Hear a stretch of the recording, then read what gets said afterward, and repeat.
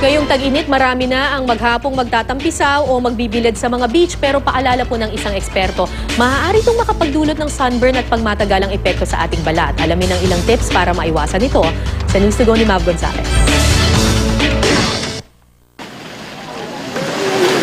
Beach bombing. Yan ang tawag sa maghapong pagtampisaw at pagbilad sa beach na patok gawin tuwing summer.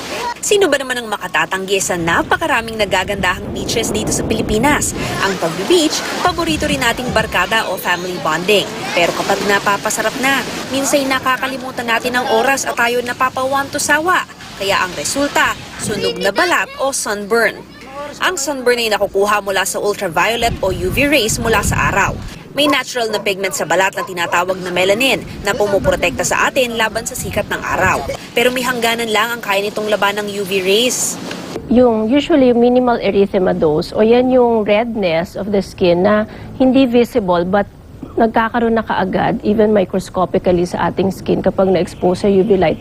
Usually in Asians, it's after 20 minutes of sun exposure without any sun protection or sunblock.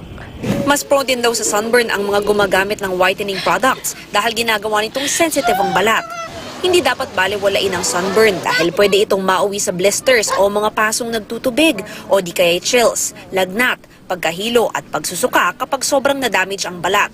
Kapag nakaranas ng alinman sa mga ito, agad magpatingin sa doktor. Bukod pa riyan, may ibang matagalan din daw itong epekto sa balat.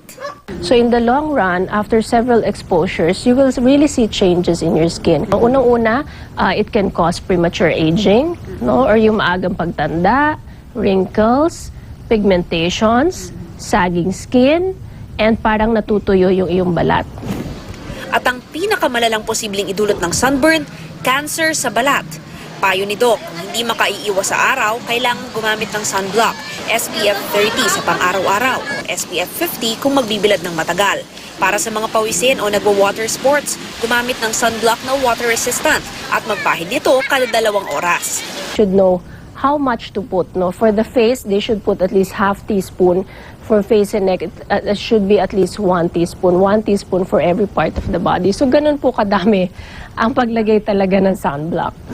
Dahil pinakamatapang ang sikat ng araw mula alas 10 ng umaga hanggang alas 4 ng hapon, iwasang magpa-araw ng ganitong oras. At higit sa lahat, ugaling uminom ng maraming tubig. Mav Gonzalez, GMA News.